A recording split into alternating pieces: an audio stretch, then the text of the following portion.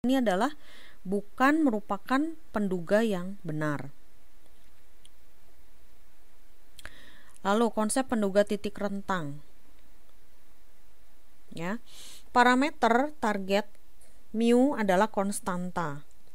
Nilainya tetap dari sampel ke sampel.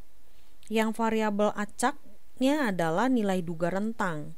Karena nilai tengahnya yaitu X bar adalah variabel acak.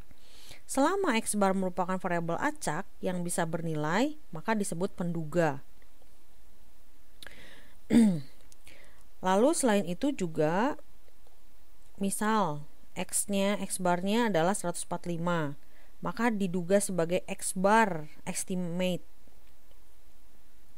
Nah, maka dari itu tidak lagi variabel acak, maka pernyataan probabilitas rumus dengan rumus 422 tidak lagi benar berlaku, maka dimasukkan ke dalam 4.22 dengan probabilitas 95%, dengan keyakinan atau kepercayaan, confidence statement dengan derajat 95%, maka kita gunakan rumus 4.2.3. Ya, seperti ini. X bar minus 1,96 dikali tau X bar lebih kecil dari mu, dan mu lebih kecil dari X bar ditambah 1,96 tau X bar. Ya, tadi dapat 1,96, teman-teman udah jelas ya, telah saya jelaskan pada bagian sebelumnya.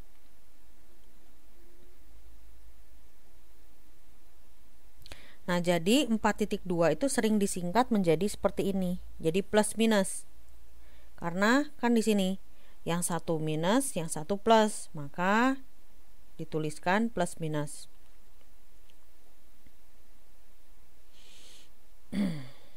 Oke. Ada juga yang menyatakan dengan rumus seperti ini.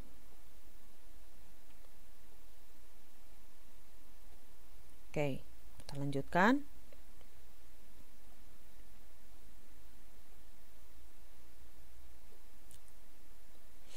Nah, ini adalah penjelasan berkaitan dengan rumus.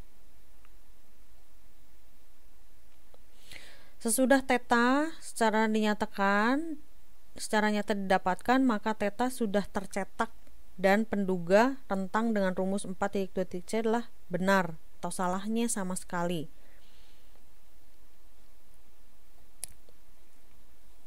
Bila kita adalah seorang yang hebat, bisa mengetahui kapan statistik itu merupakan kesalahan. Tapi selain itu, kita bisa juga melihat bahwa dia betul 95%. Jadi kita menaksir atau menduga ulang ya. Nah, ini adalah hanya istilahnya informasi berkaitan dengan tingkat kepercayaan.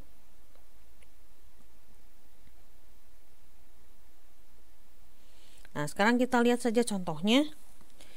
Dari kelas statistik memiliki catatan nilai yang teratur dan baik. Diketahui simpangan bakunya 12 dari sebuah cuplikan acak. Jadi sampel acak nilai ujian statistik sebesar 16 mahasiswa.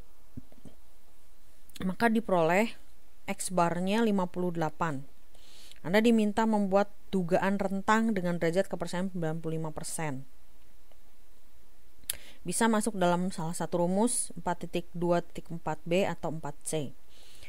Nah, ini 58 yaitu diperoleh dari X barnya ditambah plus 1,96 dikali 12 dibagi akar 6. Maka diperoleh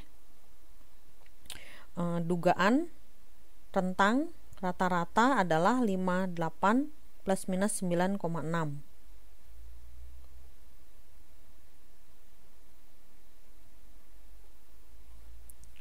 Nah, ini jika tahu tidak diketahui, maka menggunakan distribusi t-student.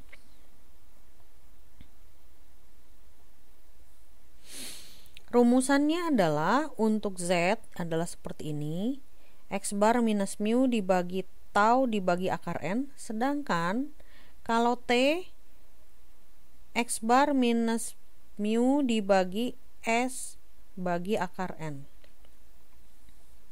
Derajat kebebasannya adalah N minus 1. Maka rumus untuk distribusi T adalah mu sama dengan X bar ditambah plus minus T 0,25 dikali S dibagi akar N untuk 95 derajat kebebasan. Nah, ini adalah beberapa gambar dengan berbagai distribusi dengan berbagai derajat kebebasan.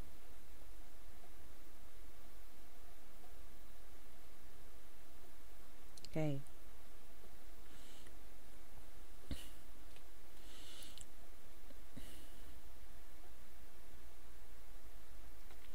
Contoh, dari sebuah derajat kebebasan, dari sebuah kelas yang besar, diambil sebuah sampel 4 buah nilai ujian statistik masing-masing 64, 66, 89, 77. Nah, Anda diminta untuk menghitung dugaan rata-rata seluruh kelas. N-nya 4, derajat kebebasannya 4 minus 1. Didapat dari T-tabel 0,25 sama dengan 3,182. Dari sampel dihitung X bar sama dengan 74, yaitu 64 tambah 66 ditambah 89 tambah 77 dibagi 4. X kuadrat sama dengan 132,7. Ya, kita masukkan datanya seperti ini. Maka diperoleh mu untuk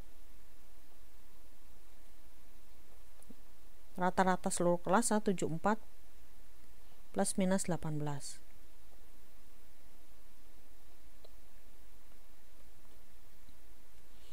Nah, ini rumus-rumus yang lain adalah untuk yang ini adalah untuk yang selisih rata-rata, ya. Penduga tentang ini untuk disebut juga nilai rata-rata dua populasi. Nah, rumus 4.29, 10 dan 11 ini sebenarnya prinsipnya sama. Yang berbeda adalah dari sisi lambang. Kalau ini adalah untuk populasi menggunakan distribusi normal, ya, populasi. Lalu yang T ini adalah kalau sampel kecil. Oke. Dan bila tidak diketahui tau, ya, tidak diketahui tau atau sigma. Ini tidak diketahui tau atau sigma. Oke. Lalu yang berikutnya yang 11, ini perbedaannya ada SP. Ini adalah sebagai penduga, ya, standar deviasi penduga. Atau di sini bila varian dari dua cuplikan yang digabung disebut S2P.